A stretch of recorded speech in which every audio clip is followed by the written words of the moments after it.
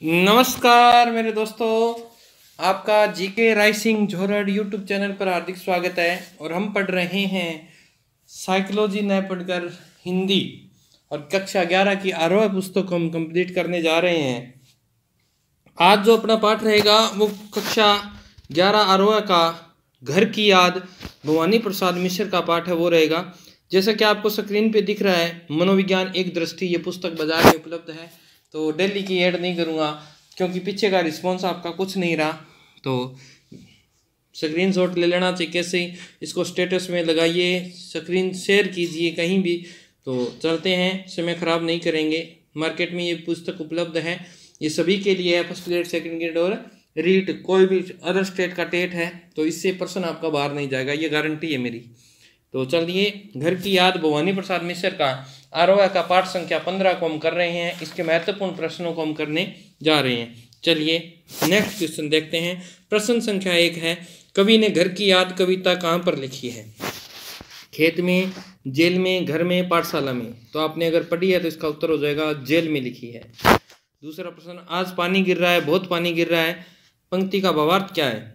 यानी उसे परिवार की, आज बहुत बरसात हो रही है, घर की याद आ रही है, परिवार की याद से मन उदास हो गया है, या उपयुक्त सभी सही हैं? तो ध्यान रखिए, उपयुक्त सभी सही हैं, इसका उत्तर हो जाएगा उपयुक्त सभी सही हैं। बरसात भी हो रही थी, घर की याद आ रही थी, आंखों से पानी बह रहा था, इसीलिए उपयुक्त सभी सही हो जाएंगे। प्राण मन गिरता है, पंक्ति के अनुसार बताइए कवि का प्राण मन क्यों गिरता है? मेरे शायरों, ऐसे तैयारी करोगे तो बेड़ा पार हो जाएगा बेटा। जेल की यातनाओं के कारण, जेल में कैदियों के व्यवहार के कारण घर की याद आ रही है, बरसात के कारण। तो उसे घर की याद आ रही थी, हैं? प्राण मन गिरता है। घर नजर में तिर रहा है, पंक्ति का क्या नाम, क्या तात्पर्य? बरसात के कारण छत से पानी आ रहा है, बरसात हो रही है, जेल में जाने के लिए घर छोड़ना पड़ रहा है, परिवार के सभी सदस्यों की याद आ रही है। इसका हो जाएगा परिवार के सभी सदस्यों की याद आ रही है। तुझे याद ना मेरी आई, किसी से अब क्या कहना, दिल रोया कि आंख भर आई, किसी से अब क्या कहना।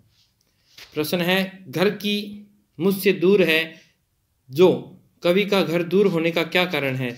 कवि उच्च अध्ययन के लिए कारण विदेश में रहते हैं, देश में स्वतंत्रता आंदोलन के कारण कवि को जेल जाना पड़ा, ठीक है। प्रकृति निरीक्षण के लिए कवि घर से दूर निकल गए हैं, देश सेवा के लिए कवि सीमा पर तैनात हैं, तो इन्हें जेल जाना पड़ा था। इसका उत्तर हो जाएगा भाई 2 नंबर उत्तर है इसका, मेरे प्यारे शायरों। आ लियो बेटा।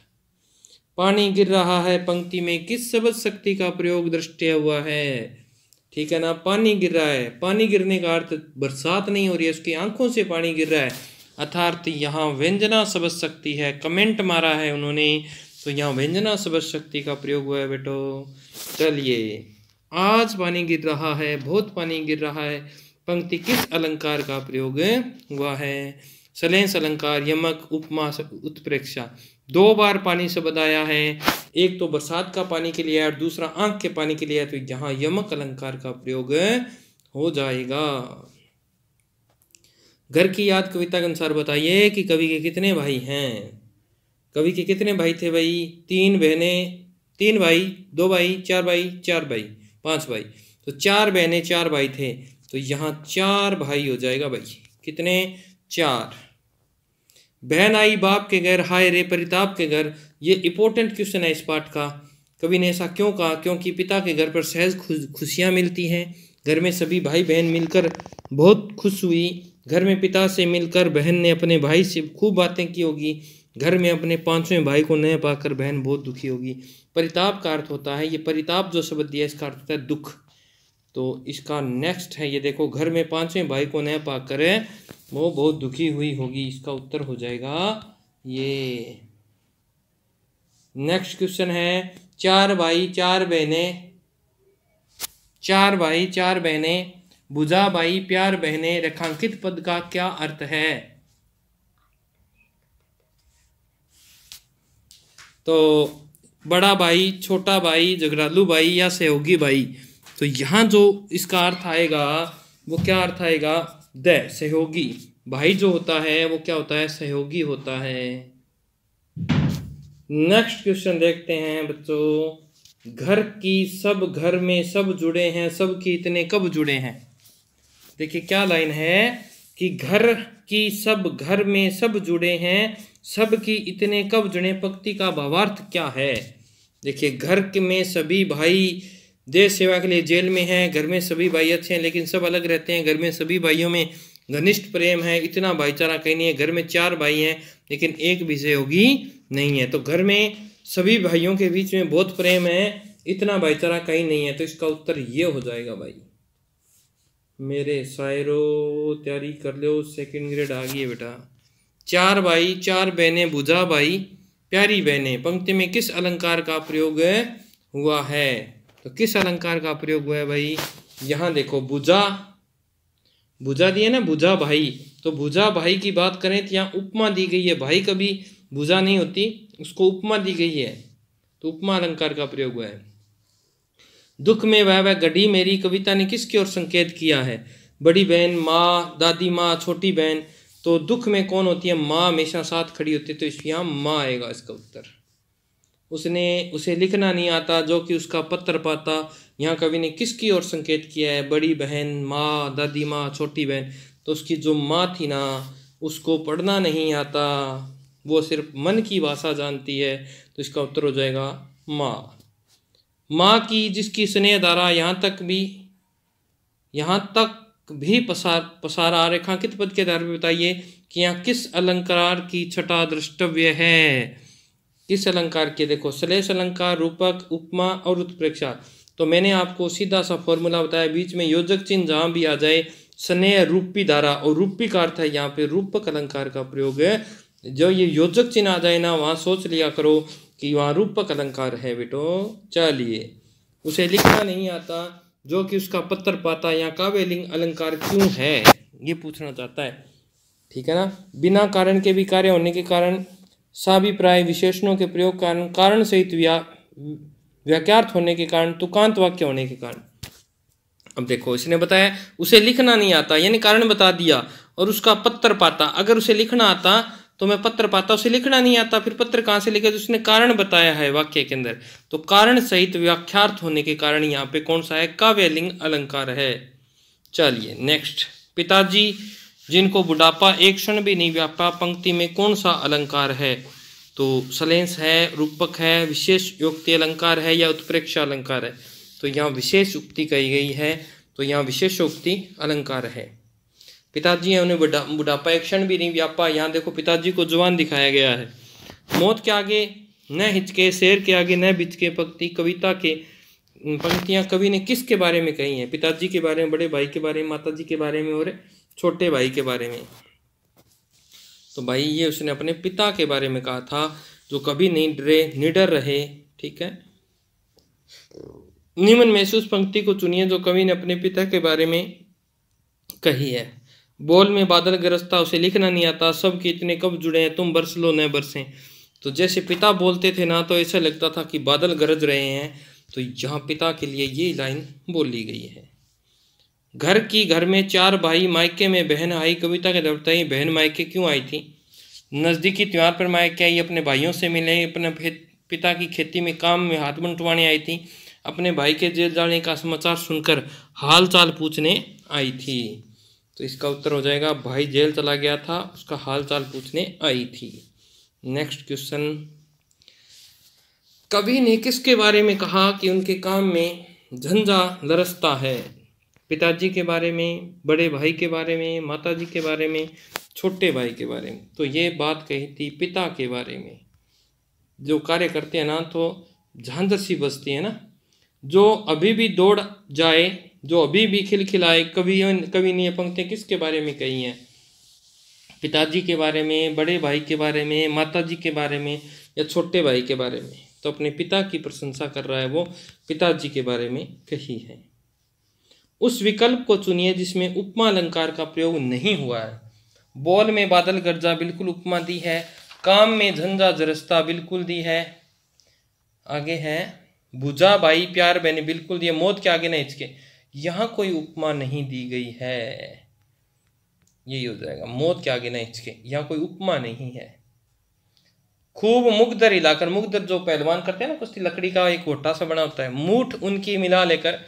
कवि ने यह पंक्तियां किसके बारे में कही हैं? कौन कसरत करता था?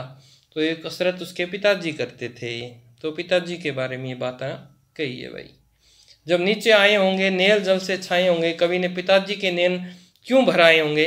बेटे भवानी को याद करके, उनकी पुत्री को याद करके, उजरी गाय को याद करके, गोधुली हिरण को याद करके बेटे भवानी को याद किया होगा कि सब बेटे मेरे घर पर हैं, बहनें घर पर हैं जो खुशी खुशी खेल रही हैं, मेरा बेटा जेल में है, तो आंखें इसलिए भर आई होंगी।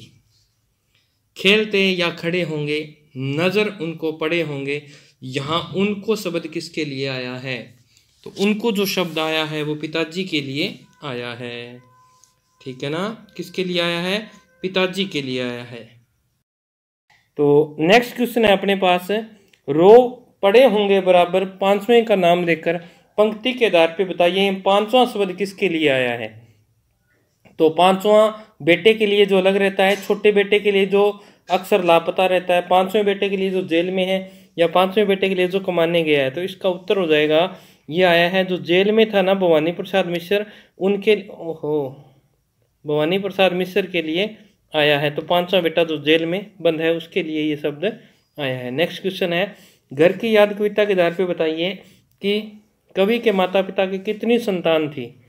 तो 4 बहनें 4 भाई, कितनी हो गई? 8 हो गए ना, और एक कवि खुद, तो कितने हो गई? 9 संतानें थी भाई। इसका उत्तर हो जाएगा 9। तो परिवार नियोजन के बारे में जानता को नहीं है तो इतना टबरिया हो गया भांगे।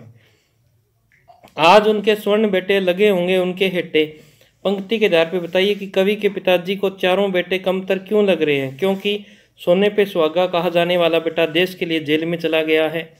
चारों बेटे काम धंधा नहीं करते, चारों भाई अपने भाई भवानी की कोई सुध नहीं ले रहे, उपयुक्त सभी सही हैं। तो यहाँ हो जाएगा सोने पे जो सुहागा था, सोना तो उसके बेटे थे, सुहागा भवानी प्रसाद मिश्र है, तो इसका उत्तर ये हो जाएगा बेटा, 1 नंबर इसका सही उत्तर होगा। प्रश्न को आराम से स्लो कर लिया करो, अगर तेज स्पीड है ना, मैं आपका समय खराब नहीं करना चाहता। पिताजी कहते रहे प्यार में बहते रहे, पंक्ति में किस अलंकार का प्रयोग हुआ है? पिताजी कहते रहे प्यार में बहते रहे, तो देखिए यहाँ पर किस अलंकार का? यमक अलंकार, रूपक अलंकार, विशेष उक्ति अलंकार या उत्प्रेक्षा? तो यहाँ जो अलंकार हुआ है वो यमक अलंकार का प्रयोग हुआ है। नेक्स्ट क्वेश्चन है, आज उनके स्वर्ण बेटे लगे होंगे उनके हेटे, क्योंकि मैं उन पर सुहागा बंधा बैठा हूं अभागा। उपयुक्त पदांश में कौन सा अलंकार है? यहाँ जो अलंकार है ये आपको नहीं करवाए गए हैं, इसका सीधा उत्तर बता देता हूं आपको, परिकर अलंकार है यहाँ पे। आंखों में किस लिए पानी वह अच्छा है भवानी, यह किसने किससे कहा है? पिताजी ने माँ से कहा है, माँ ने पिताजी से, ठीक है, बड़े भाई ने पिताजी से, या ये इंपॉर्टेंट क्वेश्चन है इस पाठ का, यहाँ उलझा सकता है आपको, किसने कहा है? तो माँ होती है ना, वो हमेशा ढांढस बंधाती है, तो ध्यान रखना, माँ ने पिताजी को कहा था कि आप रो मत, मेरा बेटा जेल में भी बड़ा सुरक्षित है।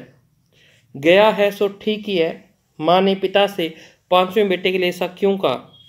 क्योंकि पांचवा बेटा काम धंधा नहीं करता था, आवारा घूमने से अच्छा कि वह जेल में चला गया। दूसरा है क्योंकि यह प्रदेश कमाने के लिए गया है, क्योंकि वह दूसरे शहर में पढ़ने के लिए गया है, क्योंकि वह देश के लिए जेल में गया है। तो इसका उत्तर हो जाएगा क्योंकि वह देश के लिए जेल में गया है। नेक्स्ट है, यह तुम्हारी ली की है, यह कथन किसने व किससे कहा था? तो ये कथन कहा था भवानी प्रसाद की माँ ने उसके पिताजी से कहा था कि तुम्हारे परिवार की परिपाटी है कि देश के लिए जेल में जाना चाहिए। तो इसका बी उत्तर हो जाएगा सही। गया है सो ठीक किया, यह तुम्हारी ली की है, पाम जो पीछे टाता, कोक को मेरी ले जाता, पंक्ति में किस अलंकार का प्रयोग द्रष्टव्य हुआ है? तो किसका हुआ है? काव्यलिंग अलंकार, रूपक अलंकार, विशेष उक्ति श्लेष। तो यहाँ ना तो रूपक है ना श्लेष है, विशेष उक्ति है नहीं कहीं हुई, तो काव्यलिंग अलंकार यहाँ पर हो जाएगा। यानी उसने कारण सिद्ध कर दिया ना, जहाँ कारण पहले बता दिया जाए और वाक्य को पूर्ण कर दिया जाए वहाँ काव्यलिंग अलंकार होता है। पाँव पीछे टाना मुहावरे का क्या अर्थ है? जोखिम वाला काम करना, काम समाप्त करना, हार मान लेना या नाराज होना। तो यहाँ आपका उत्तर हो जाएगा हार मान लेना। लो मी मेरे शायरों, 37 नंबर क्वेश्चन आ गया, कहाँ मैं रोता कहाँ हूँ, धीर में खोता कहाँ। घर की याद कविता के आधार पर बताइए कि कवि यह कथन किससे कहा, बड़े भाई से, पिताजी से, भवानी बेटे से या दादाजी से। तो ये कथन किसने कहे थे, ये उसके पिता ने कहे थे कि मैं रोता नहीं हूँ, न मैं अपना धैर्य खोता हूँ, बेटा जेल में तो कोई बात नहीं, तुम बरस लो वे न बरसें। यहाँ वे शब्द से किसकी ओर संकेत किया है, भवानी प्रसाद बादलों को कह रहा है ना, भवानी बेटे की ओर, दादाजी की ओर, पिताजी की ओर, माँ की ओर। तो यहाँ भवानी प्रसाद बादलों को कह रहा था कि मेरे पिताजी नहीं रोने चाहिए, तुम चाहे कितना ही बरस लो। तो ये पिताजी की ओर इशारा किया भवानी प्रसाद ने। नेक्स्ट क्वेश्चन, किंतु यह बस बड़ा बस है, इसी बस से सब विरस है, कवि का जीवन विरस क्यों है, कवि घर पर है और देश की स्वतंत्रता आंदोलन में जा पाया है, बस यही दुख है। कवि जेल में है इसलिए घर परिवार से दूर होने के कारण दुखी है, जेल में समय पर खाना नहीं मिल रहा इसलिए कवि को भूखे रहकर दिन गुजारने पड़ रहे हैं, कवि प्रदेश में है इसलिए अपने मित्रों से नहीं मिल पाया, इसी का दुख है। तो भाई इसका मेरे शायरों क्या उत्तर हो जाएगा, कवि जेल में है इसलिए घर परिवार से दूर होने के कारण दुखी है, तो ये इसका उत्तर हो जाएगा। लास्ट क्वेश्चन है, कवि ने जेल में रहते हुए घर पर संदेश भेजने के लिए किसे संबोधित किया है, कोयल को, कबूतर को, चांद को, सावन को। सावन को आने दो है ना, सावन को कह रहा है वो, सावन है सावन तू घर पे जा और मेरा संदेश दे दे। तो ये प्रश्न थे अपने घर की याद, भवानी प्रसाद मिश्र की कविता थी, ठीक है, जहाँ से हमने सभी क्लासों का अध्ययन हम धीरे धीरे कर रहे हैं। नेक्स्ट जो अपना बता रहा था मैं, ये अपनी बुक आई है, एक बार फिर कह रहा हूँ, स्टेटस वगैरह लगाइए, शेयर कीजिए, एक बार परचेज करके पढ़ के देखिए, आपको पता चलेगा कि ये सबसे अलग क्यों है। तो मिलते हैं कल इसी समय, स्वस्थ रहें, मस्त रहें, वीडियो को ज़्यादा से ज़्यादा शेयर करें। जय हिंद, जय भारत।